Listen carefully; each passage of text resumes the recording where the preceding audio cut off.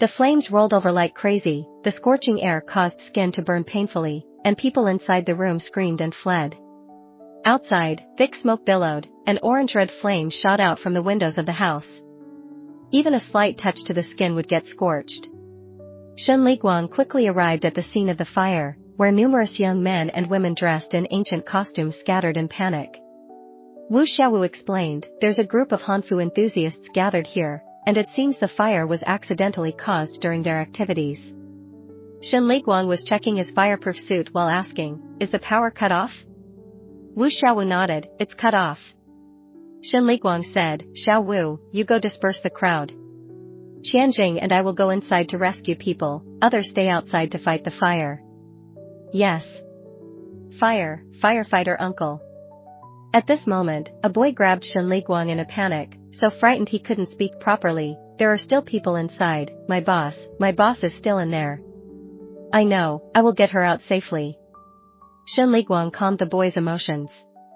After completing checks, he grabbed his gear and quickly entered the building. There were no flammable materials inside, so the fire did not spread very quickly. Qianjing had already led the trapped people to safety, while Shen Liguang continued to stay and search for any remaining trapped people. The fire inside the building grew bigger, as if ready to devour someone. Just as he was about to turn around thinking no one was there, a faint moan came from the corner behind him. "Save me!" Shen Liguang turned back, flipped open a wall panel, and a girl in ancient costume, having lost her strength, fell at his feet. "Save me!" Tears streaked the girl's young face. Shen Liguang rapidly bent down and lifted the girl in his arms. Fu Ying's consciousness was blurry. In her daze, she felt someone lifting her. She tried hard to open her eyes and saw a strangely dressed man before her. He wore a hood, so his face was indistinguishable. All she could sense were his eyes, cold and serene as a deep pool. "Thank you, young master." Fu Ying murmured weakly, then completely lost consciousness. That title made Shen Liguang frown briefly, before quickly carrying her away from the blaze. A month later, Fu Ying was dressed in a blue and white school uniform, standing at the entrance of Mingyang Third Middle School, uneasily holding her bag strap as she watched the bustling crowd. In the palace, she had never seen so many people, only a few palace maids and eunuchs accompanied her daily. Suddenly having to interact with so many people made her feel lost and bewildered. Fu Mingchuan, worried about her, repeatedly cautioned, "Don't cause trouble, do not fight with classmates, do not scold the teachers. I do not want to be called to the school again." The girl was gentle and obediently nodded her head. Seeing his daughter behaving so obediently gave Fu Mingchuan an illusion. He always felt she was pretending to be good. The moment he left, she would show her wild, unruly nature. "Fu Yan, as the older brother, keep an eye on your sister." Fu Yan frowned unhappily, "I'm in college, she's in high school. How can I keep an eye on her? Am I supposed to run over next door to see if she's causing trouble?" Fu Ying blinked her eyes, speaking with a soft Wu dialect, "Dad, I'll be good." Fu Mingchuan felt oddly touched, unsure if she was pretending, but this obedience was his first time seeing such behavior from her. Fu Mingchuan kindly patted Fu Ying's head, "All right, good girl, go on in." Did the injury affect her brain? Fu Yan muttered as he shook off his clothes and sauntered to the neighboring college. "Hey brat, don't talk about your sister like that." "Ying, don't listen to his nonsense," Fu Mingchuan chastised. Fu Mingchuan pulled out a pack of orange-flavored candies wrapped in colorful transparent paper from his pocket and stuffed it into her bag. "Go in. Dad will pick you up in the evening." Fu Ying nodded and turned towards the school building. As people looked her way, she timidly lowered her head and walked in. Fortunately, she still retained memories of the place, otherwise, she couldn't even find her classroom. Fu Ying entered class 5 of the first grade. Her seat was at the very back. After a while, a teacher entered. A middle-aged man wearing glasses, surnamed Tan and named Ruonian, their math teacher, immediately began checking the holiday homework. When it came to Fu Ying, she nervously pulled out her pristine holiday homework. Tan Ruonian looked at her skeptically, probably guessing she hadn't done it. This wealthy girl, so hard to manage. He flipped through it casually, and Tan Ruonian's face turned green, not a single word written. "Were you even too lazy to write your name?" What did you do all holiday, Fu-ying? I fly kites in the Imperial Palace. I don't know if you'll believe me. Bring your father here. Tomorrow. Don't. Fu-ying blushed and felt embarrassed in front of everyone. No one had ever dared to treat her like this. Even her grand tutor had never treated her this way. Fu-ying's face was burning hot. Teacher, don't call my dad. He's old and can't handle the shock. Fu-ying's demeanor surprised Tan Ruonian. In the past, Fu-ying would definitely have stiffened her neck and said, call him if you want, I'm not scared, and would never have seemed as frightened as she was now. His expression softened slightly. Now you know fear. What were you doing earlier? What were you doing during winter break? You didn't write a single word of your homework. I must call your parents. I need to have a good talk with your dad. It's already the second term of first grade, soon it will be second and third grade, you won't even get into college this way. Although every profession produces its masters, think about it, you're a 16 or 17-year-old kid, what can you do without studying? Get a job? Who would want you? Do you think working is easier than studying? Fu-ying lowered her head, embarrassed and wanting to find a crack to crawl into. Teacher. A boy next to Fu-ying stood up, gave his own written math homework to Tan Ruonian. Take the wrong one, the one that wasn't written is mine, this one is hers. Tan Ruonian frowned and took the homework with suspicion. The title page had a name on it, Lihani. Lihani, do you think the teacher is stupid? Whose name is this? Is it yours? If you want to fool the teacher, at least erase the name. Tan Ruonian angrily threw the homework back, and said to Fu-ying, if you had written it, even if you didn't know how and left it blank, I wouldn't have said anything. Fu-ying, I don't know any of it. Tan Ruonian. I've taught everything, and still, you say you don't know. Tan Ruonian, furious, bring your father here tomorrow. Fu-ying clutched her fingers. No wonder Fu Mingchuan had warned her this morning, saying he didn't want to be called to school. She hadn't expected that, on her first day at school, she would be asked to bring her parent. Just the first day of school, and without having classes, each teacher came to check the homework. They basically knew Fu-ying hadn't done it, and knew that Tan Ruonian had asked to call her parent, so they didn't say anything. They also handed out a lot of textbooks. She flipped through them, completely clueless. Fu-ying leaned on the desk, looking out of the window at the blue sky, unable to muster any energy. Why was she here? This story starts a month ago. That day, foreign emissaries arrived, and Father Emperor was deeply worried, often hesitating as he looked at her, powerless. During a banquet, she accidentally overheard the foreign emissaries discussing marriage alliances. Fu-ying tensed up, realizing that Father Emperor showed a look of helplessness towards her. The Empress Mother did not want to send her away in marriage. She hurriedly packed up overnight, planning to sneak her out of the palace, but her movements were hasty, and she accidentally knocked over an oil lamp. Later, Isan Palace caught fire, and when she awoke, she was here. For half a month after she woke up from the hospital, everyone looked at her strangely. The reason was, her personality was completely different from the Fu-ying who originally lived here. Luckily, she retained the memories of this place. Fu-ying played with a pen, lowered her head, and sketched the firefighter who had saved her and helped her escape the inferno on paper. She thought back, but could only sketch the outline of his headgear from memory. Boss. Her desk mate Lihani pushed her. Boss? Only then did Fu-ying realize he was calling her. Fu-ying turned around, not knowing when, several boys had gathered behind her. It startled her. Lihani, boss, why are you acting so timid? You're usually not like this. Diong, yeah, why are you afraid of Tan Ruonian? You normally would have dealt with him. The boys said it with a fierce look on their faces. Fu-ying's brain slowly processed, realizing these were the original Fu-ying's minions here. Lihani, my gosh, boss, what's with that look? You don't recognize us anymore? Fire accident, burnt your brain, lost your memory? The boys' remarks grew more and more absurd. Burnt your brain, and then amnesia, your brain damaged? That's hilarious to me. The boys kept talking, bantering back and forth. Fu-ying thought, they must have a lot of ideas. She quietly asked, what if the parents don't have time to come to school? That's tough, Tamruonian knows each parent's phone number. Just find anyone to come to the school, how hard can it be? Find someone randomly. Fu Ying thought as she walked out of the school. Fu Yan was already waiting impatiently at the high school entrance. Upon seeing her, he frowned. What took you so long? I've been waiting for ages. Brother, Fu Ying was about to say that she had been called to a parent meeting.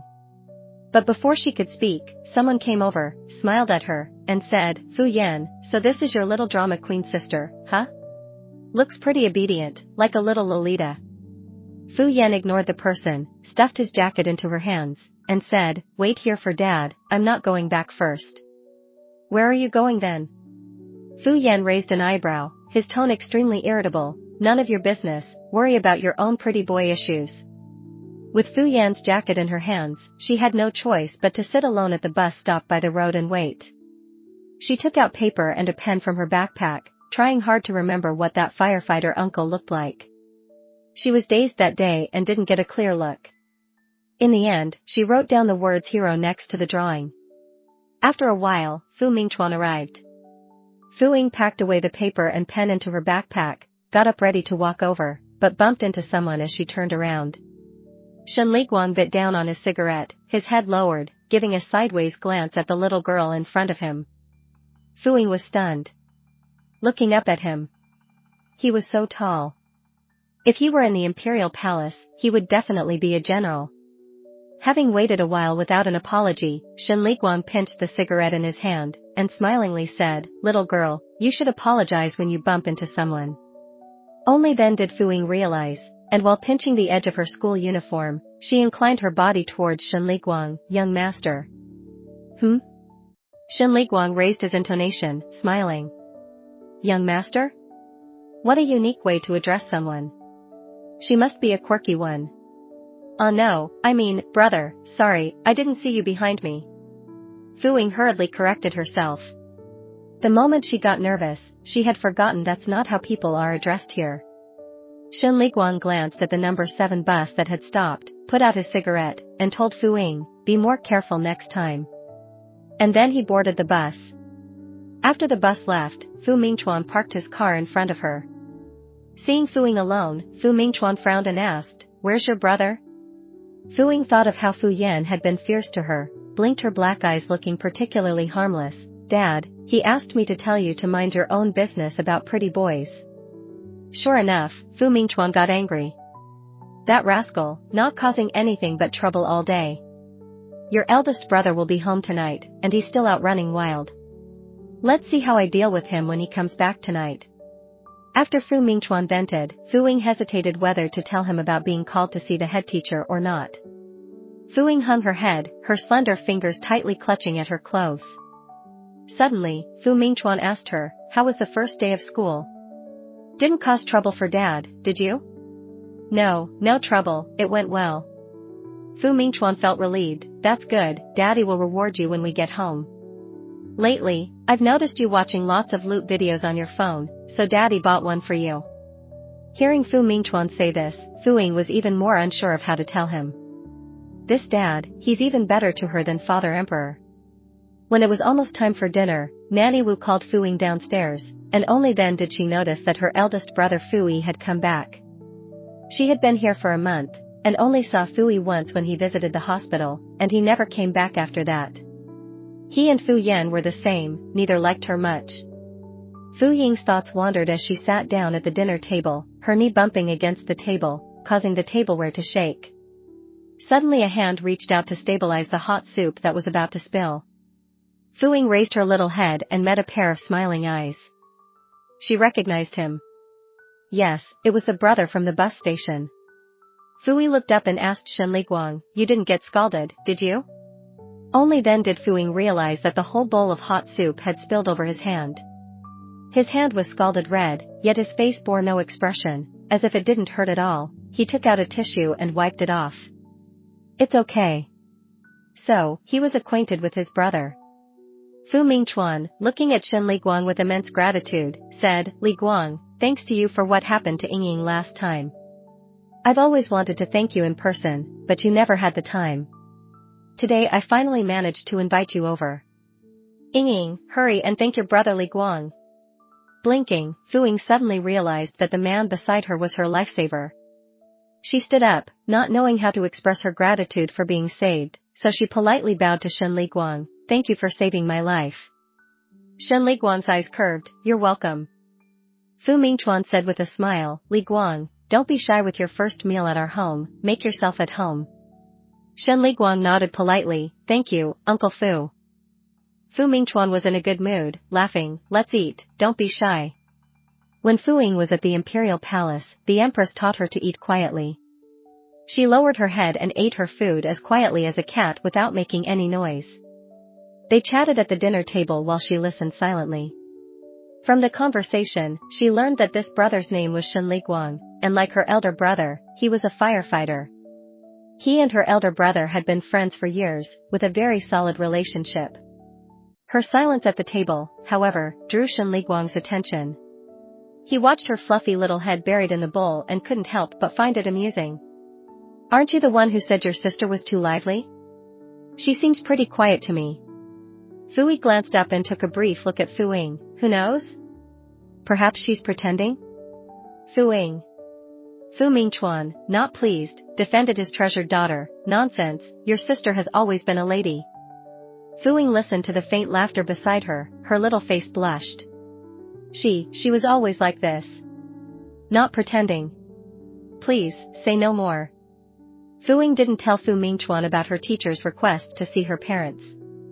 It wasn't that she didn't dare, it was because there were outsiders present. After dinner, Shen Liguang followed Fu Yi to his room, while Fu Mingchuan returned with a delicate box secretively. Ying, this is a gift from Dad. Fu Mingchuan opened a beautifully decorated box, revealing a lovely lute inside. Fu Mingchuan felt that his daughter had changed, she never used to be interested in such ladylike things. This change started a month ago when he kept Fu Ying under house arrest. The little girl took a liking to Hanfu for some reason, joining her friends for Hanfu enthusiast meetings. A fire broke out that night, and when she was rescued, she was already not breathing. Thankfully, after being resuscitated, the child was saved. Now, thinking back, Fu Mingchuan still felt a chill, wondering how he would face his wife at her grave if something had truly happened to their daughter. The child had also recovered well. Even her personality changed. Dad, my teacher wants me to invite you. Fu Ying, holding the lute, attempted to bring up the parent-teacher meeting. Fu Mingchuan's phone rang. Dad has to take a call, we'll talk later if there's anything. Fu Ying nodded, obediently and quietly waiting for Fu Mingchuan to finish his call. But as soon as he hung up, he hastily said to her, I have to step out for a bit, I'll ask Nanny Wu to stay with you at home. The parent meeting was left unsaid. Fu Ying turned around with the lute to go back to her room when she saw the brother leaning on the windowsill at the end of the corridor. He was wearing black silk pajamas, tall and lean, with the moonlight outside casting upon his face. The tips of his brows raised slightly, like a bandit king atop a mountain. Fu Ying couldn't help but step forward, moving closer to him. Brother, big brother. Shen Liguang lowered his head and stared at the little girl. She wasn't tall, quite short in fact, with a bun on her head, standing upright, a quiet and well-behaved young lady from a respectable family. Her eyes were pitch black and sparkling with clarity, harmless, blinking like stars. Holding a lute in his arms, Shen Liguang thought of the antique beauty he observed when he rescued her from the fire. She did not resemble the wild creature Fu Yi described, but more like a gentle and well-behaved young lady confined in the inner chambers. Seeing Shen Liguang staring at her without speaking, Fu Ying's face turned red and she said softly while looking at his reddened back of the hand, Brother, big brother, just now, thank you, your hand. It took her half a day to finish a sentence, and Shen Liguang couldn't help but let out a gentle chuckle. Are you stuttering? No, I'm not. Fu Ying licked her lips, slightly nervous. Shen Liguang chuckled and nodded, then take your time. Fu Ying held the lute tightly, looking down with her soft face and put effort into speaking clearly, Big brother, just now, thank you for blocking the hot soup for me. Is your hand okay? Now you're calling me brother? During the day at the bus stop, you were calling young master. Hearing him say that, Fu Ying's face turned red all of a sudden. Young master. Shen Liguang suddenly remembered, when he rescued the girl, she had whispered something faintly. Now thinking back, it must have been, "Thank you, young master." Shen Liguang licked his lips, amused by this special address, and smiled. "Watching too many historical dramas, perhaps? Is there something wrong?" His voice was tinged with laughter. Fu Ying said quietly, with embarrassment, "I came to apologize to you. It really wasn't intentional, I just accidentally bumped into the table." Shen Liguang stared at the girl's flushed face and seriously said, "You need to compensate me." Shen Liguang was just teasing the young girl, but who knew she took it seriously. "How should I compensate? I have some money? Is that okay, big brother?" His voice carried a laughing tone, and Fu Ying always felt that his words were half serious, half joking. "How much are you planning to compensate me?" "I have 50. That's not enough." "Then how much do you want?" Shen Liguang thought for a moment and smiled roguishly, "At least a few hundred." "That much?" Fu Ying blinked her tea-colored eyes and gripped the lute tighter. "That's too much. Medical fees, emotional distress damages, lost wages, food expenses, add them all up, a few hundred, not much." Fu Ying listened and frowned slightly. "That much? Mei-chem, it's not enough just to talk, you need to provide the money." He had a cigarette in his mouth, and his way of asking for money did not seem very proper. Fu Ying said with slight embarrassment, "Big brother, can we have a discount?" "A discount?" Shen Liguang chuckled lightly, "I'm thinking of discounting you in a bit." Fu Ying bit her lip, bowing her head. "I don't have money." Shen Liguang paused, "Then what do you have that can compensate?" Fu Ying immediately took out 50 yuan from her pocket and a piece of candy, opening her palm and extending it in front of Shen Liguang. Shen Liguang gazed at the money and candy in her small palm and lightly chuckled. Trying to bribe a kid with these things in a transaction with him? Seeing that he did not take it, Fu Ying explained in a low voice, "This candy is really tasty, orange-flavored." The candy in the palm of the child's hand was wrapped in a transparent colored wrapper and sparkled brilliantly under the moonlight. Fu Ying looked at him, waiting for him to take the candy from her palm. But then, Fu Ying suddenly came over, pinched the candy from her hand, and thanked her. "Thank you, little sister. Big brother also likes orange-flavored candy." Fu Ying. Shen Liguang's face showed regret as he watched the bewildered little girl and said with a smile, "Without the candy, the compensation has failed." "What compensation?" Fu Ying raised his eyebrows, looking at Fu Ying. "Did she cheat money from you?" Fu Ying. Fu Ying used to have a bad temperament and was disliked by her two older brothers. Causing trouble, vain, rebellious, skipping classes, clubbing, fighting, she, a girl, did them all. Everyone who heard the story of the boy who cried wolf knows that if you lie too often, no one will believe you even when you tell the truth. Fu Ying explained feebly, "I didn't lie about the money." Fu Ying was taken aback, he did not expect his little sister to be so sincere. He noticed that the little girl seemed to have changed a lot upon his return. There must be something fishy when things are out of the norm. Nice attitude. Fu Ying. Did you do something wrong? Fu Ying, no.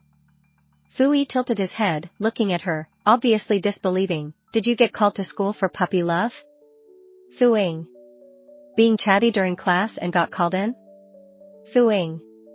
Did you swear at a teacher and they called your parents? Fu Ying. Got into a fight and your parents were called? Ah. Fu Ying drew out his tone, laughing, I forgot, it's the first day of school today, huh? Were your parents called because you didn't do your winter break homework? Fu Ying shrank a little, not expecting to have actually been guessed right. She shook her head, no, my parents weren't called. Please don't reveal my embarrassment. Saying it privately is one thing, but in front of others? Does she not have any dignity? Fu Ying stole a glance, wanting to quickly sweep over the man's face, just to get a glimpse. To see what expression he had hearing her elder brother speak of her like this. Just as her gaze shifted, it was caught. The man was also looking at her.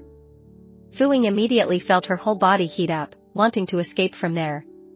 Really? Fu Ying questioned. Fu Ying explained, because brother just blocked the soup for me, I saw that his hand was red from the burn, so I wanted to compensate him. The little kid looked embarrassingly close to tears, her expression was truly pitiful. Li Guang reached out and took the candy back from Fu Yi's hand. This is my compensation, why are you taking it? Fu Yi raised an eyebrow, is $50 not as good as this candy? Li Guang didn't bother with Fu Yi, holding the candy in his hand. Candy, brother has accepted it. Fu Yi was in a daze, hugging the loot, while the man was already preparing to enter the room. Before closing the door, she still heard their conversation. Fu Yi, coming back this time, the little girl seems quite well behaved. Before, she was mischievous and wild to the extreme. My mom from Jiangnan, such a gentle woman, she didn't inherit a bit of it. HM? Is that so? Shen Liguang turned his head and glanced at Fu Ying. Accidentally, they made eye contact, and Shen Liguang bent the corners of his eyes towards Fu Ying, smiling and saying, doesn't seem like it. She quickly lowered her head, avoiding his gaze. For the first time, she felt a strange sensation, her face seemed to burn like it did that day. So hot, so warm. Her heart in her chest was also jumping fiercely. Could it be sick? Fu Ying covered her chest with her hand. You shouldn't jump. During the morning reading session, Tan Ruonian asked her about her guardian, and Fu Ying stood in place, fidgeting with her fingers. Tan Ruonian had predicted this, and made a phone call to Fu Mingchuan. She didn't know what Fu Mingchuan said over the phone, but after Tan Ruonian hung up, she made another call. Finally, Tan Ruonian hung up and told her, I have notified your big brother to come over at noon. Her big brother already had a bad impression of her, and now it must be even worse, right?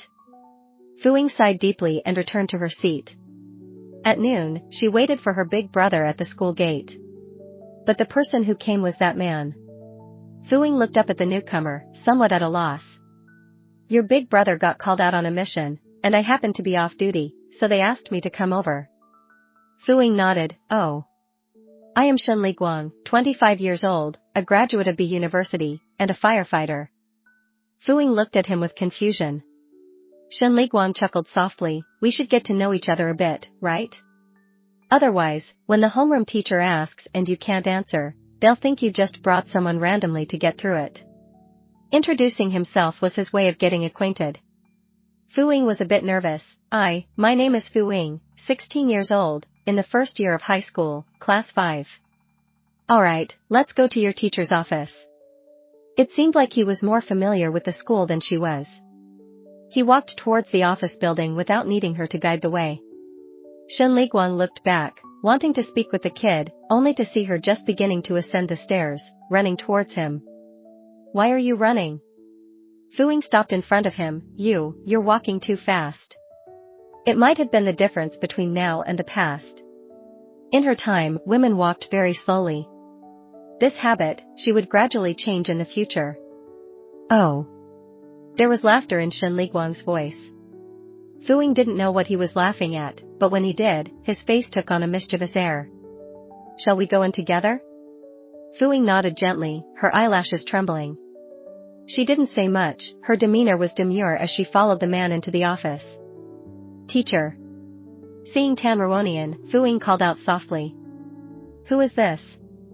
Tan Ruonian knew Fu Ying's dad, as well as her two brothers, but this time, the person she brought was neither her dad nor her brothers. For a second, Fu Ying didn't know how to respond, she wasn't good at lying and looked towards Shen Liguang. Fu Ying's big brother was suddenly called out on a mission and couldn't come, so he asked me to come over. I am her cousin. The man's voice was deep and slow. Fu Ying thought he was the nicest person she had ever met, with the most pleasant voice she had ever heard. Cousin? Tan Ruonian was skeptical, sizing up Shen Liguang. Fu Ying nodded, stuttering as she lied, yes, he's my cousin, named Shen Liguang, 25 years old, graduated from B University, and is a firefighter. Nervous, Fu Ying blurted out everything about Shen Liguang's introduction. It had the tinge of protesting too much. Tan Ruonian was not fooled, knowing that Fu Ying had just brought someone to bluff her way through, but seeing her timid appearance, he didn't make a big deal out of it. Compared to Fu Ying's panic, Shen Liguang, in his first time pretending to be someone's guardian, appeared quite calm. Teacher, what kind of trouble has she gotten into? Oh, it's like this. Tamaronian took out several homework books and showed them to Shen Liguang. You see, a whole month of vacation, and not a single word has been written in the homework. Shen Liguang flipped through the homework books. Spotlessly clean, the young girl probably liked cleanliness. The homework books were cleaner than her face, likely not touched at all during the entire winter break. Fu Ying's face flushed, unable to utter a word. A bit embarrassing. Sorry, teacher, I'll take these winter vacation homework books home and make sure she completes them. There's more. This isn't over yet. Tamaronian took out the final exam results. His finger deliberately slid from top to bottom, as if it was difficult to find Fu Ying's ranking. Actually, it's not hard at all, as she's ranked last. Found it. Look at these results. Can she even get into a university in the future? Shen Liguang looked at the pitifully low scores and turned back to glance at the little girl. Fu Ying bit her lip and buried her head even deeper. Now all face was lost. Even though she wasn't the one who took the test, Fu Ying was. Clear in her heart, she would do even worse. I'll tutor her myself. Sorry for troubling you, teacher. Tamaronian saw that Shen Liguang's attitude was pretty good, and his anger subsided. But still troubled by Fu Ying's headache-inducing grades, he couldn't help but nag a little. With these grades, she doesn't even meet the minimum college entrance score. If students don't study hard, we teachers also get anxious, and you parents also have to put in more effort. Shen Liguang nodded. Yes, I will discuss this with her father when I get home and educate her properly. Tamaronian sipped his tea and nodded. I've said what I had to say. You parents should supervise her. You graduated from a key university, so help her out when you can. With a bit more hard work and perseverance, she might barely make it to university. Shen Liguang nodded. Thank you for the trouble, teacher. Ah, Tamaronian waved his hand. It's nothing, it's nothing. As her homeroom teacher, I definitely need to pay more attention to my students' academic performance. Yes, thank you, teacher. Then we won't disturb you any longer. Fu Ying followed behind Shen Liguang out of the office, unsure of what to say. You need to study hard, otherwise you really won't be able to get into university. When they left the school gate, Shen Liguang turned back to look at the little girl. Fu Ying kept her head down, following behind him. Unaware that the person in front stopped, she bumped right into him. She rubbed her nose in embarrassment and stepped back repeatedly. Did you hear what I just said to you? Fu Ying nodded. I will study hard from now on. Watch where you're going in the future. Fu Ying, I understand. Have you eaten? Fu Ying shook her head, feeling a bit hungry and slightly embarrassed. No. Let's go get something to eat. Thank you. Fu Ying followed behind Shen Liguang, glancing back every 3 steps, dazzled by the array of shops along the street. She didn't know of these things in the Imperial Palace. If not for an accident that brought her here, she would never have known there was such a place outside the Imperial Palace. When Shen Liguang turned around, he saw the little girl standing at the entrance of a jewelry store, looking up. Want something? Fu Ying paused, looked at him, and asked softly, Can I? Shen Liguang nodded, yes. Fu Ying pointed at a small white pearl hairpin, very politely, May I have this one? Seeming afraid he would overspend, the girl quickly added, I didn't bring any money, next time we meet I'll pay you back. Brother will give it to you. Shen Liguang bent his lips slightly, picked up the hairpin, and paid. Fu Ying received the hairpin, the pearl gleaming in the midday sun. She nodded her head, expressed her thanks, thank you. In the evening, Fu Ying was packing her school bag. Li Hani asked her, Boss, do you want to go out and have some fun? Anyway, evening self-study hasn't started yet, why not seize the chance to play for a few more days? Where to have fun?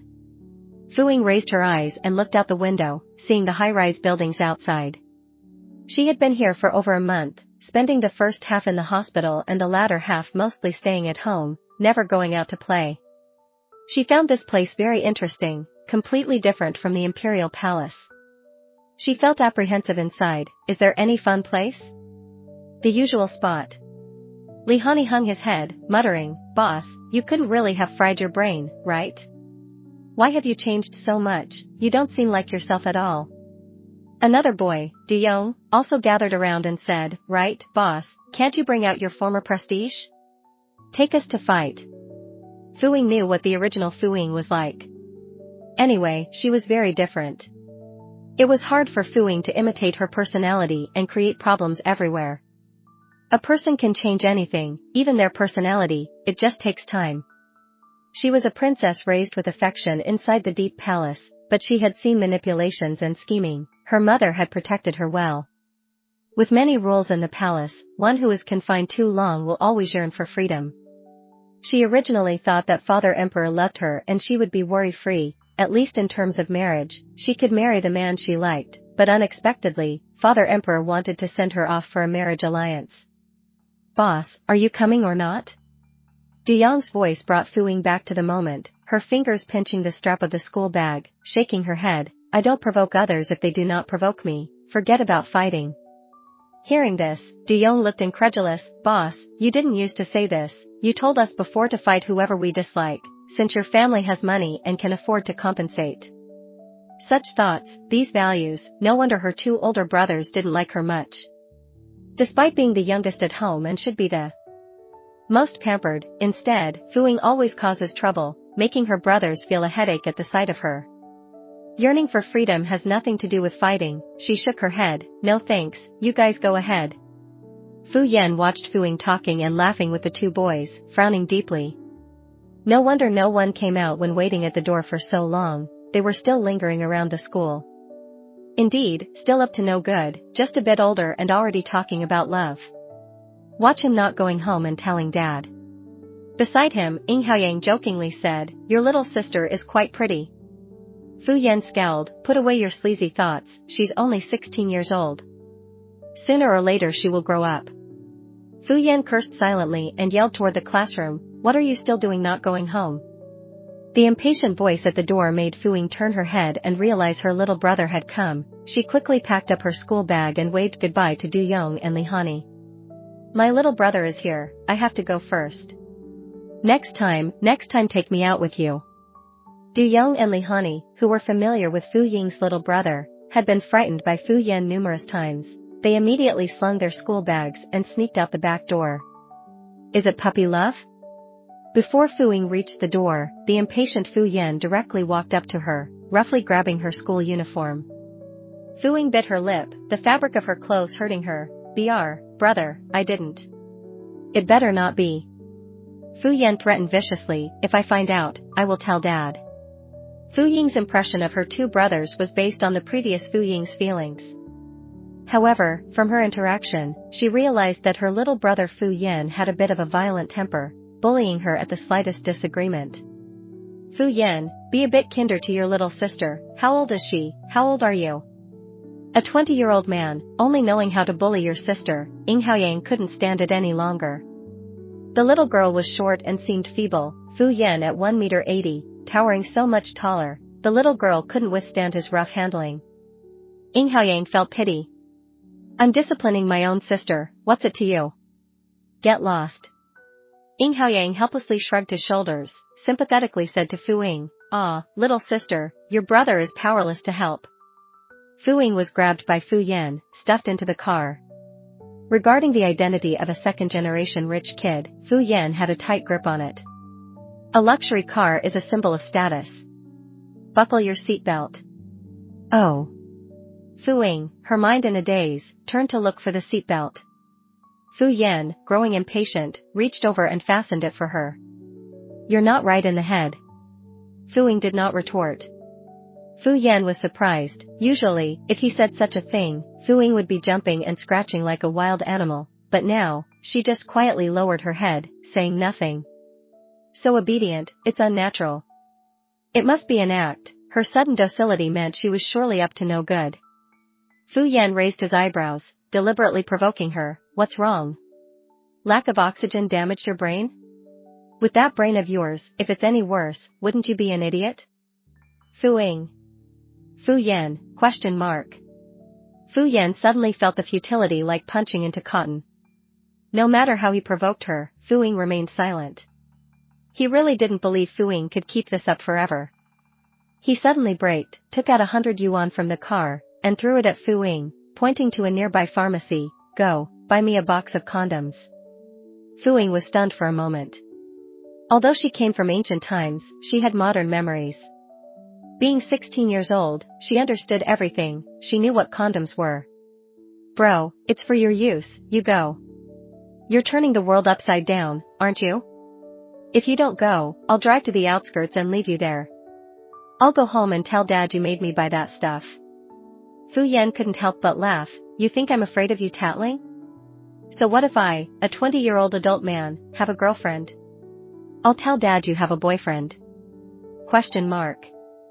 Fu Yan burst into laughter. Then I'll tell Dad you're in a puppy love. I am not. Fu Ying retorted with a flushed face.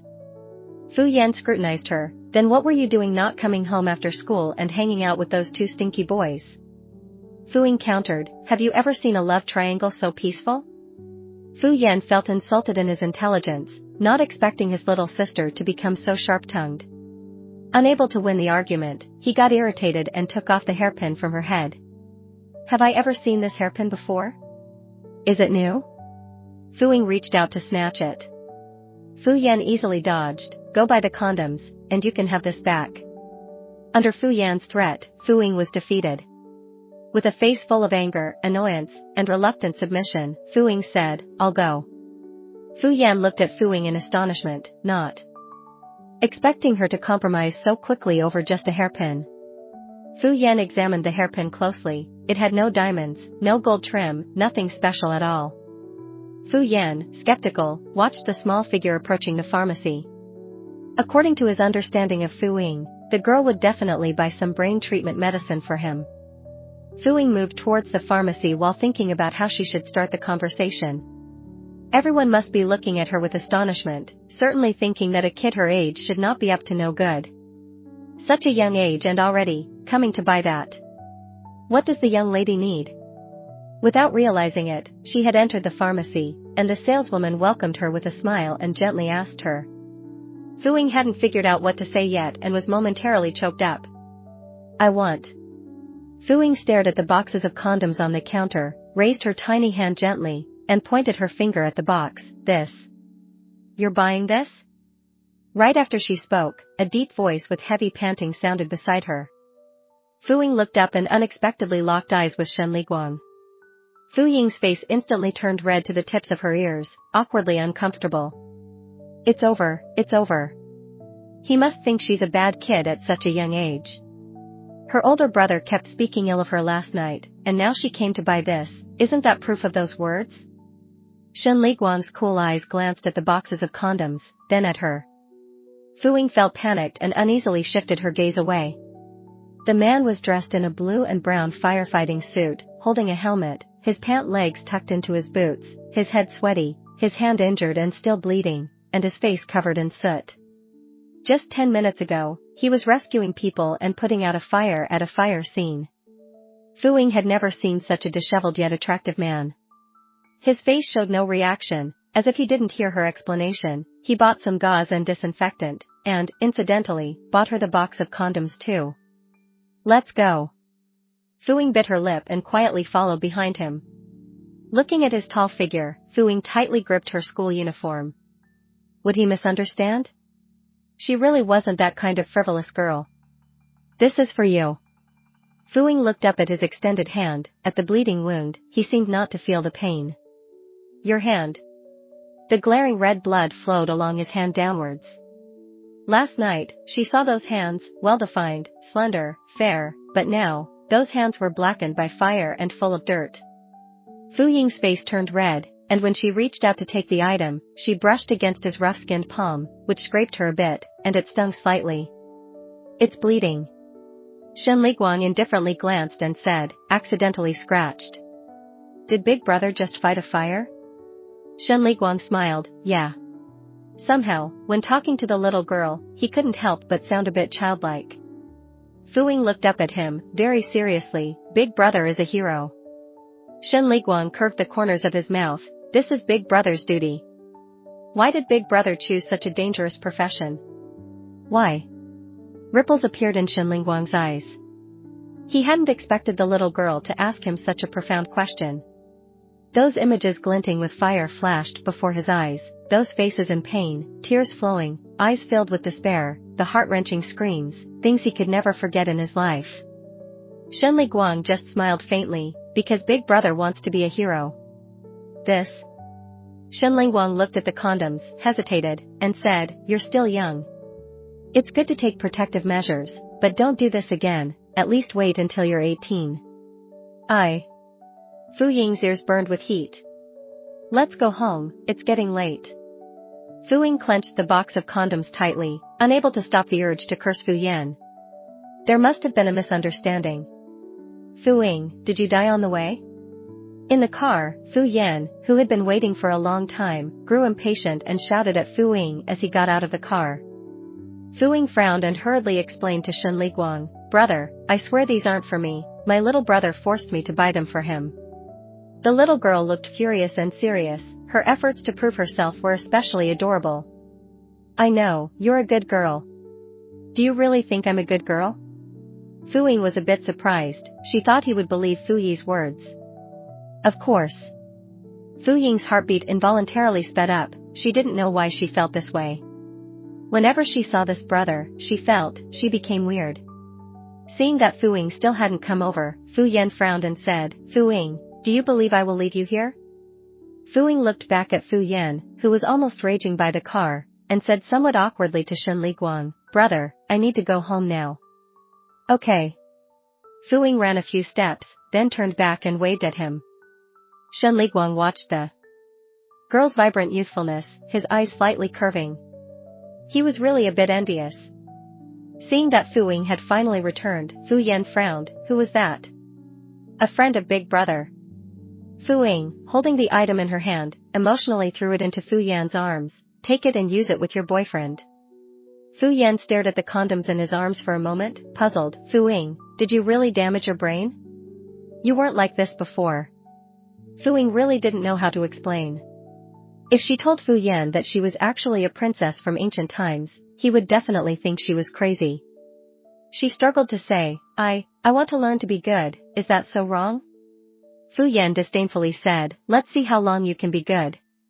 When Fu Ying saw him fiddling with her hairpin, she immediately reached out her small hand, "Give back my hairpin.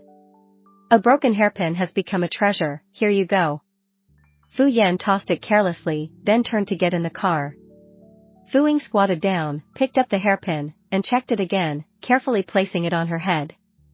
Fu Yan saw that the little one still hadn't gotten into the car, he rolled down the window and urged, "Are you getting in or not? If not, I'll leave first." Fu Ying bit her little teeth, if she were in the palace, she would definitely send Fu Yan to Jingshi Hall to become a eunuch. Shenli Guang returned to the scene of the fire, ready to head back. "Li Guang, get in the truck." Shenli Guang climbed into the fire truck, and Fu Yi handed him a bottle of water. "Why so slow?" Shenli Guang poured disinfectant on the wound on his hand, briefly cleaned it, then wrapped it with gauze. The bandaging was hastily done.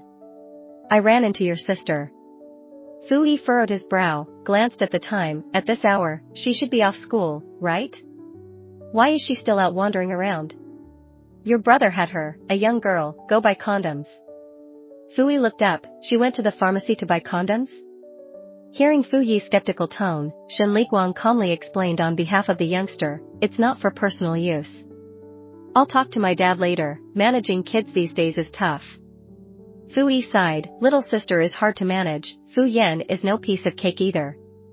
"Actually, I quite envy having siblings," Shenli Guang paused then said, "all the quarreling and fighting, it's quite nice. Do you ever quarrel and fight with them?" "I'm grown up, not anymore," laughed Fu Yi, "they are just kids in my eyes." Shenli Guang gazed at the scars on his arm, suddenly saying, "I kind of envy those kids." Fu Yan was playing with a box of condoms, giving Fu Ying a weird look. After going through a fire, even her temper and personality changed. The wild and unruly girl turned into a soft little thing. Sigh. It's so odd seeing my little sister suddenly become well-behaved. No one to argue with anymore. Fu Yan stared at his phone, suddenly getting a mischievous idea and waved at Fu Ying. "Little sister, come here, your brother has something fun to show you." Fu Ying looked back at Fu Yan, her face full of caution. She always felt it was nothing good. Seeing Fu Ying so guarded, Fu Yan continued to tempt, "Really not coming? Alright then, I'll send it to you." Fu Ying owned a smartphone, which she kept in her backpack for days. Though that little thing had many interesting features and was a great tool for communication, she always forgot about having a phone. Fu Yan kept tempting, and her curiosity about what odd thing it was made her dig through her backpack for her phone. Curiosity killed the cat. Fu Ying clumsily opened WeChat and saw the thing Fu Yan sent, a simple GIF. In the picture, a chair was rocking. Fu Ying watched for a while and felt nothing special. She thought her brother was tricking her and was about to turn off the phone. Fu Yan reminded her, "Watch till the end, there's a surprise." Fu Ying blinked and stared at the image again. After about 10 seconds, the continuously rocking chair suddenly turned into a terrifying ghost face rushing towards the screen. Caught utterly off guard, Fu Ying, who had never watched a horror movie, was so frightened that she threw away the phone, squatted down, and began to cry. She cried from that? Fu Yan immediately felt something was wrong, about to warn her not to cry, but it was too late. Sure enough, the moment Fu Mingchuan heard the girls crying, he immediately came out of the house. "Fu Yan, are you bullying your sister again?" With Fu Ying crying, Fu Yan was at a loss for words. Fu Ying's tears fell like they were free, crying pitifully like a pear flower bathed in rain. Suddenly, Fu Yan felt like he was the villain. What happened to Ying? Fu Yi had just come back from the fire station and hadn't even entered the gate when he heard Fu Ying's crying. He walked in and saw the little girl, eyes reddened, tugging at Fu Mingchuan's clothes and accusing Fu Yan. Tears rolled down, full of grievance. "Big brother scared me." Shen. Li Guang had just parked his car and arrived at the door when he heard a child crying heartbreakingly, which made him frown slightly. "What happened to your sister?" Fu Yi found the scene particularly amusing and laughed, saying, "She's throwing a tantrum." When Shen Li Guang entered, he saw the little girl crying terribly, her little face pale. Her pitiful appearance was heart-wrenching. "Fu Yan, apologize to your sister." Fu Yan frowned. "I didn't do anything wrong." "Why did you scare your sister?" I just found a funny picture and shared it with her." "What picture?" Fu Mingchuan questioned and picked up Fu Ying's phone to check the image. That sudden ghost face almost frightened him into a heart attack. Ghost face just right, unprepared as he was, felt like the ghost face could burst out of the phone screen. Fu Mingchuan was also quite startled. He composed himself and scolded, "Don't ever send such pictures to your sister again." Fu Mingchuan held his precious daughter in his arms, feeling extremely distressed. He hardly ever saw Fu Ying cry, and now that she did, it pained his heart too. Fu Mingchuan looked at Fu Yan, his gaze drawn to the box in his hand. Upon seeing what it was, his expression changed. "What is that in your hand?" Fu Yan replied nonchalantly, "I'm an adult now, what's wrong with having a girlfriend?" "Dad, my brother doesn't have a girlfriend. He has a boyfriend. I saw them. They even held hands and came to pick me up from school, then forced me to go buy that thing." After speaking, Fu Ying's cheeks flushed. The first time she lied, it was inevitably nerve-wracking. After hearing Fu Ying's words, Fu Yan wanted to strangle this little pest. Fu Mingchuan stared in disbelief. "Fu Yan, is what your sister said true?" "It's not true." "Dad, don't listen to Fu Ying's nonsense." "It is true, Daddy." Fu Ying held Fu Mingchuan tight, her small face stained with tear tracks, her voice soft and faint. The second time she lied, it didn't feel as nerve-wracking.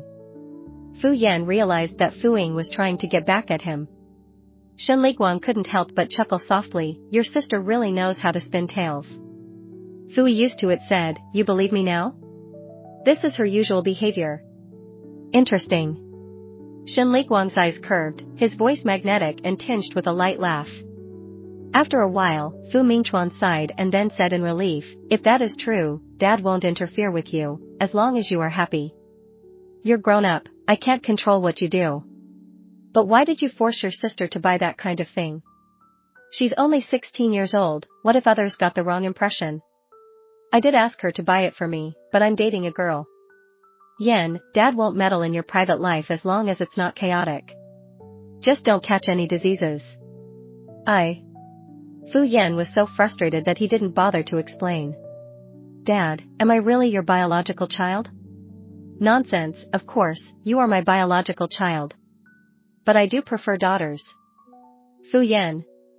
He definitely wasn't his biological child. Fu Mingchuan wiped Fu Ying's tears, saying softly, "Alright, stop crying, we have guests at home today. Your little face is all messed up, it's not pretty." Fu Mingchuan was very kind and gentle, a good father. Fu Ying suddenly felt guilty, she had just lied. Her brother did ask her to buy the thing, but the part about him having a boyfriend was made up by her for revenge. Fu Ying felt remorse.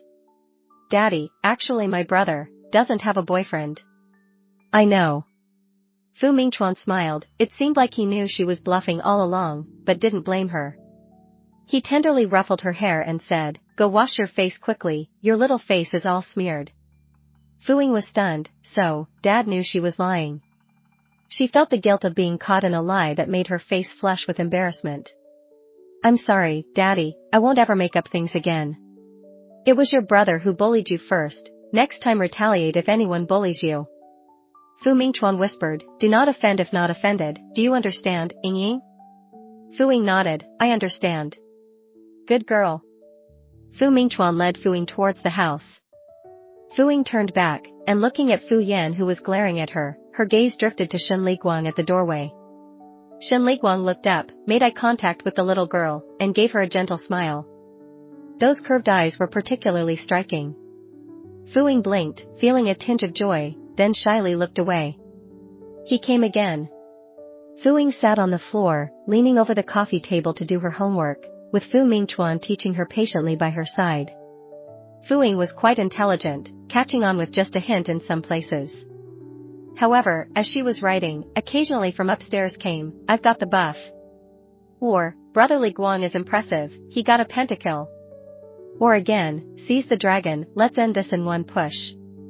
Fu Ying didn't quite understand the game and had no clue what they were talking about. Fu Mingchuan frowned, "Nanny Wu, please close the door to the upstairs room." "Ying, any more homework you don't understand?" Fu Ying pulled out her English assignment, "I still have English." After finishing the homework, Fu Mingchuan took a phone call. Fu Ying packed her school bag, ready to head back to her room, when suddenly she felt a discomfort in her stomach. It wasn't until she ran to the bathroom that she realized her period had started. The only female in the house was Nanny Wu, so Fu Ying had no choice but to seek help shyly. "Nanny Wu, I think my period has started." Nanny Wu's face was kind, and she said with a smile, "I've prepared for you. There are plenty in your bathroom cabinet." Fu Ying nodded, clutching her stomach, her little face pale, "Thank you, Nanny Wu." That night, Fu Ying's stomach pain was unbearable, and she didn't come downstairs for dinner. During dinner, Fu Mingchuan noticed the little one's absence from the table and couldn't help but ask. Nanny Wu nodded, "Yes, she said her stomach was uncomfortable. I made her some brown sugar water, I'll take it up in a bit." Fu Mingchuan understood. He could be involved in the growth of his two sons, but Fu Ying was a girl and, as she grew up, there were certain physical changes where it wasn't appropriate for him to intervene. Items like her intimate clothing and personal products had all been purchased by Nanny Wu. Unknowingly, his daughter had grown up. "Leave some food in the kitchen." Nanny Wu nodded, "All right." This was her first menstrual cycle. In the royal palace, girls around her age started at 13 or 14. She, on the other hand, had not had any signs and did not expect it to come now, with such painful cramps. Fu Ying felt a bit better after drinking the brown sugar water brought by Nanny Wu and curled up in bed for a while. In the middle of the night, Fu Ying became hungry and went downstairs to see if there was anything to eat in the kitchen. Just out of the bedroom, she saw a tall figure standing at the end of the hallway, facing the window. The night breeze lifted the silk of his nightgown. Fu Ying fluttered her eyelashes, thinking, this is her lifesaver. How should she repay him for saving her life?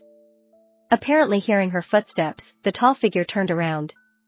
Shen Liguang took a drag on his cigarette, surrounded by swirls of smoke, his expression looking hazy and unclear. For the first time, Fu Ying saw both coldness and tenderness in a person, not contradicting each other but coexisting. He pinched out the cigarette butt in his hand, staring at her. The corridor lights were on, shining on the young girl. She looked particularly different. Fu Ying blinked, wanting to get close to him, thinking this in her heart, and thus she did. Approaching slowly until the face in front of her, lazy and listless, made her stop. Suddenly she felt nervous, her heart pounding like a little deer. Her little mouth opened, but she didn't know what to say. She felt a twinge of annoyance. Why did she come over? Shen Liguang stared at the little friend standing before him, heart height, lowered his gaze, and snuffed out his cigarette. He didn't speak either, lips curved as if waiting for Fu Ying to speak first. He could tell the little girl was feeling awkward and uneasy, tiny hands gripping her clothes tightly, lowering her little head, standing in front of him. Between them, no one spoke. Fu Ying hung her head slightly, and she could hear her heart pounding in the quiet of the night, so crisply clear.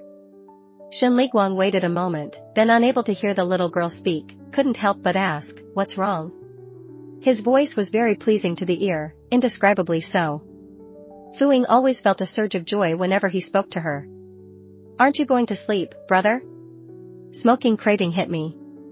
Didn't want to smoke in the room, it smells strong." Shen Liguang raised his hand to gather the ash, and as he lifted his arm, his pajama sleeve fell, revealing the injuries on his arm in full. Scorched patches, so startling and distressing. Fu Ying, lifting her head, looked up at him. He was very attractive. If he wasn't a firefighter, Fu Ying thought, he could have entered show business. Out of so many professions, he chose to serve the people, opting for the high-risk job of a firefighter. Such a noble profession. "Does it hurt, brother?" Shen Liguang was a bit taken aback before he realized she was asking about his wound. "No, not at all, here." Fu Ying took a small step closer, lifted her hand and pointed at his arm. "Is that the injury from rescuing people from fires?" All those were burns, horrific scars. Shen Liguang, worried about frightening the little girl, let his sleeve slide back down. "No." "Then why did you get hurt?" The little girl's voice was soft, tender, as she lifted her head, her face full of confusion as she looked at him. Their gazes met, locked eyes. Each inadvertent glance made the little girl nervously look away. Shen Liguang didn't feel anything unusual. He paused, realizing that the little girl was full of curiosity and prone to dig deep. Perhaps it was because she was young. At their age, they never pry into someone's heart, much less let others peer into their own. Had it been anyone else that night, Shen Liguang would not have answered. "The injury happened when I was being rescued." Shen Liguang chuckled lightly. "When I was saved by firefighters, I thought they were heroes, so I became one too." To prevent the little girl from asking more questions, Shen Liguang preemptively answered the questions she might have had. "Brother, for you." In her palm was another piece of orange-flavored candy. Again taken from the small pocket of her pajamas. This small gesture secretly amused Shen Liguang as well as warmed his heart. Was she trying to soothe his unfortunate past, or the injuries he sustained? Regardless of which, Shen Liguang felt his mood incredibly lifted at that moment. "Thank you." Shen Liguang reached out to take the candy. His fingers were cold, and as they brushed against Fu Ying's palm, she couldn't help but stiffen up. Her palm tingled. "It's late, time to sleep." "Okay." She was very well behaved, ever so quietly demure. As Shen Liguang entered his room, the girl's gaze followed him. He looked back at her, and the little girl diverted her eyes elsewhere. At 7 in the morning, Fu Ying just couldn't get up, and it was Nanny Wu who came to wake her up. "Missy, get up for school, you're going to be late." Fu Ying intended to snooze for another 5 minutes, but upon hearing she would be late, she immediately sat up in bed, got dressed, and washed up. Just as she was about to run downstairs, a thought struck her, and she immediately stopped and looked downstairs. Her brother and elder brother were already getting ready to go to the fire station. The two of them walked out shoulder to shoulder. "Hurry up, you'll be late." Fu Yan checked the time and couldn't help urging. Fu Ying didn't have time for breakfast. She grabbed a piece of bread and followed Fu Yan to the car. She had stayed up too late last night and hadn't finished her bread before she began to nod off again. Fu Yan stopped the car at the school gate, looked back at the drowsy Fu Ying, and reached out to flick her forehead. Fu Ying was startled awake, clutching her head and frowning. "Why are you staring at little brother?" Fu Yan opened the passenger door without a hint of gentlemanly grace to push her out of the car. "You're going to be late. Do you want to be punished to stand?" Fu Ying stumbled a couple of steps before finding her balance. Then Fu Yan threw her backpack down. You've got 3 minutes, hope those little short legs of yours move fast enough to make it. Little brother, with that temper of yours, can you even find a girlfriend? Fu Yan looked smug. Next time I'll introduce you to a few sister-in-laws? Little brother, I wish you many betrayals. Fu Ying hugged her backpack, said her piece, and turned to run. Fu Yan was taken aback, unable to react. To curse him with such vicious words about betrayal, the little brat's so immature. Thinking back, the quite sensible Fu Ying wouldn't normally be this childish. Fu Ying made it into the classroom with the morning reading bell, and just sat down when the math class representative came over to collect her homework. Zhou Wei, Fu Ying, turn in your math homework. Homework? Fu Ying was stunned momentarily, then looked down to rummage through her backpack. Luckily, she had completed it last night. Zhou Wei held the homework book, looking dumbfounded. He had casually asked, not expecting that the notorious homework-skipping troublemaker had actually done it. What the heck? Li Hani looked amazed. The boss actually did the homework herself. The henchmen in the front row, and even those in the row before, turned around immediately. Apparently, the few at the very bottom of the class standings were all former subordinates of Fu Ying. These henchmen's expressions were as if they had discovered something unbelievable and incredible. Du Yong, holy crap! The boss even turned in her homework. What excuse do I have not to? And to think, I'm third from last because the boss is at the bottom. Li Hani, who was second from last, said. You're doing homework, fine, but why take a shot at me? Because of her remarkable act of turning in homework, several henchmen started scrambling to finish theirs, and Zhou Wei had never collected assignments so thoroughly before. The names previously noted for not submitting homework were all erased. It was truly unbelievable. The morning reading session hadn't started and the classroom was filled with the sporadic recitation of passages, with a few people hastily eating breakfast.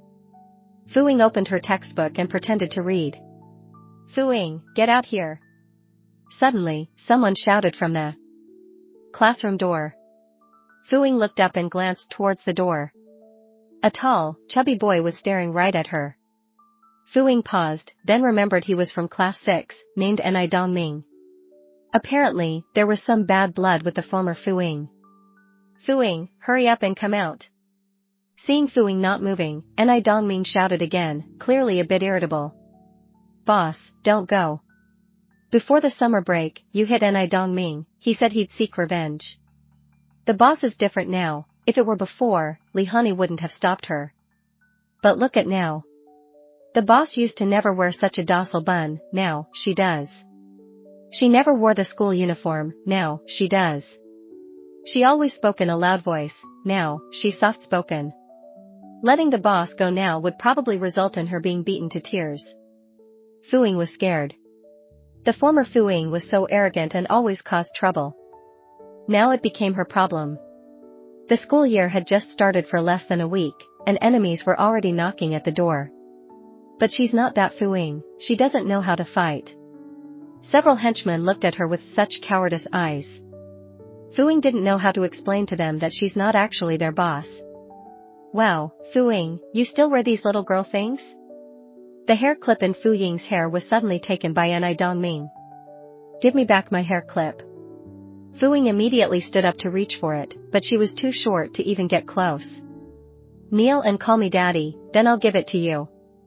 Fu Ying's face flushed, and she glared intently at Ni Dongming. Ni Dongming giggled, his face full of arrogance. What's the matter? Will you call me daddy, Fu Ying? Ni Dongming, accompanied by a few boys, was beginning to disrupt other studies. As the class monitor, Wen Tian was indignantly watching Ni Dongming at this moment. Ni Dongming, this is class 5, take your trouble back to class 6, or else I'll report it to the teacher. Ni Dongming wasn't a good student and wouldn't be bluffed by Wen Tian, casually saying, then go ahead and tell the teacher. Li Hani stood up, Ni Dongming, it's morning reading, the teacher will be here soon. Whatever beef you have, settle it after school in the grove. Du Yong, yeah, if you've got guts, meet us in the grove behind the school and we'll have a go. Alright, see you in the grove, but don't chicken out then. Ni Dongming arrogantly threw Fu Ying's hair clip to the ground, just as Fu Ying bent to pick it up. Enai Dongming's foot stepped on it. When Enai Dongming lifted his foot, the little pearl hair clip was already shattered. All the little white pearls had fallen off. It was too much. Fu Ying's eyes reddened, and fury flared within her chest. She reached out and pushed Enai Dongming. Just then, the teacher Tan Ruonian came in. Fu Ying, what are you doing? Bullying your classmate again? Fu Ying withdrew her hand, feeling a little wronged. I didn't. Follow me to the office. Fu Ying bowed her head and followed Tan Ruonian to the office. Li Hani and Du Yong followed along. Explain what's going on. Tan Ruonian directed his gaze at Enai Dongming. Which class are you from? Why are you in our class during morning reading? Li Hani spoke up. Enai Dongming is from class 6, and during morning reading, we were all fine until he suddenly came over and snatched the boss's hair clip and even broke it. The boss? Tan Ruonian looked at Li Hani.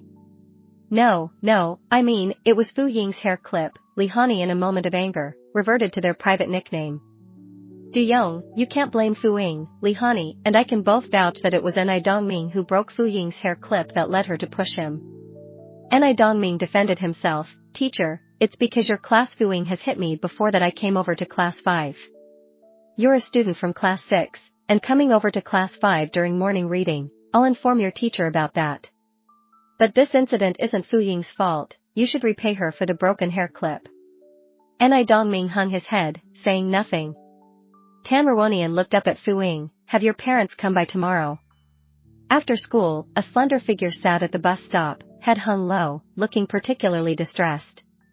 Du Yong patted her shoulder, trying to console her with an air of none of my business. I'm not worried, boss, it's all good, it's just a call to your parents. Isn't this standard fare for you? If it really comes down to it, you should look for that guy from last time, Li Hani added in defense of Fu Ying. Obviously it was Enai Dongming who started the trouble. Enai Dongming even broke Fu Ying's hairpin, and all he had to do was replace it. Yet Fu Ying had to have her parents called in again. Staring at the shattered hairpin in her palm, Fu Ying's voice was low and her eyes tinged with red. Stop calling me boss, I'm not your boss, really not, and I'm not suited to be your boss, I can't fight. The girl lowered her head, biting her lip, her eyes reddening. She clutched the hairpin in her small hand. A pearl that would have shone under the sunlight was now a corpse, yet she treasured it too much to throw it into the nearby trash bin. One look, and you could tell the little girl cherished this hairpin. Passers-by at the bus stop couldn't help but feel sympathy for her. Who could be so cruel as to damage someone's little hairpin? Li Hani said, Boss, don't be sad, from now on your brothers will have your back. Du Yong nodded. Yeah, from now on, whoever bullies you, tell us, you had our back before, now it's our turn to have yours. Fu Ying offered a weak smile. Thank you, guys. Boss, our bus is here, we'll leave first, we'll chat on QQ tonight. Fu Ying nodded. Good, Fu Ying's little brothers were quite loyal. This was the second time her parents were called in. Less than a week into the school term, and her parents have already been called in twice. It's so hard to get by in this school. Although life is convenient and interesting, she wanted to go back. Shen Liguang left the fire station, took a longer route to the Ji family chestnut shop and bought some chestnuts, then went to the bus stop. As he approached, he noticed Fu Ying sitting at the stop, petite, curled into a ball, with a cute bun on her head. Shen Liguang thought, in the future, having a daughter wouldn't be so bad. Cute and adorable that everyone would dote on. But the girl's bowed head, from the look of her silhouette, seemed to bear some unhappiness. With her fluffy little head drooping when she's sad, it would melt anyone's heart. Shen Liguang remembered having lots of little secrets in his heart when he was around her age. And also spending time sitting alone in a daze. Fu Ying felt someone crouching down in front of her, and as she was about to look up, she saw an ice cream held up in front of her. Seeing Shen Liguang, Fu Ying straightened up immediately. She stared at the strawberry ice cream, restraining herself, not reaching out to take it. Shen Liguang and Fu Yi were good friends, but he had never met Fu Yi's sister before, although he had heard about her from him. Anyway, the words he used to describe his sister were all derogatory. However, after meeting the little girl a few times, Shen Liguang felt she was actually quite shy, introverted, and not as outgoing as Fu Yi described. Seeing the little girl not taking the ice cream, Shen Liguang grabbed her soft hand to stuff the ice cream into it. But as he opened her fingers, aside from sweat, he found the remains of the hairpin in her palm. Fu Ying hurriedly explained, "Brother, I'm sorry, the hairpin you gave me was broken by a boy." "It's okay." Shen Liguang didn't mind it much, it was just a small hair clip, not anything precious. But the little girl kept holding the broken hair clip in her hand, probably because she liked it. "Do you like this hair clip a lot?" The little girl gently nodded. "I like it, I've never seen a hair clip like this before." She had never seen one like it in the palace. She thought it was particularly pretty. "If you like it, brother will buy you a new one. This one is broken, throw it away." Shen Liguang took the hair clip's remains from her palm and threw it into a nearby garbage can. Fu Ying moved her lips slightly, but could only watch helplessly as he took away the hair clip and threw it. Shen Liguang had just handed her an ice cream when he heard the little girl's soft voice, with a plea, "Brother, could you please pretend to be my family member one more time?" "What happened?" I made a mistake again." Shen Liguang found it amusing. It had not even been a week since school started, and the little girl had already gotten into trouble again. "What was the reason this time?" "Because I pushed the boy who stepped on my hair clip. The class teacher asked me to call my parents." "Oh, so it's because of a fight?" Shen Liguang's lips curved up, his tone rising, carrying a faint smile. Fu Ying bowed her head, biting her lip, looking at the melting ice cream. Trying to salvage her image, Fu Ying explained, "I didn't have a fight, I didn't mean to push him on purpose, it was he who snatched my hair clip first, and then he stepped on and broke it. This time, brother can't pretend to be your parent anymore, go home and admit your mistake to your dad, explain the situation clearly, your dad won't blame you. It's getting dark, little girl, don't hang around on the street, hurry home."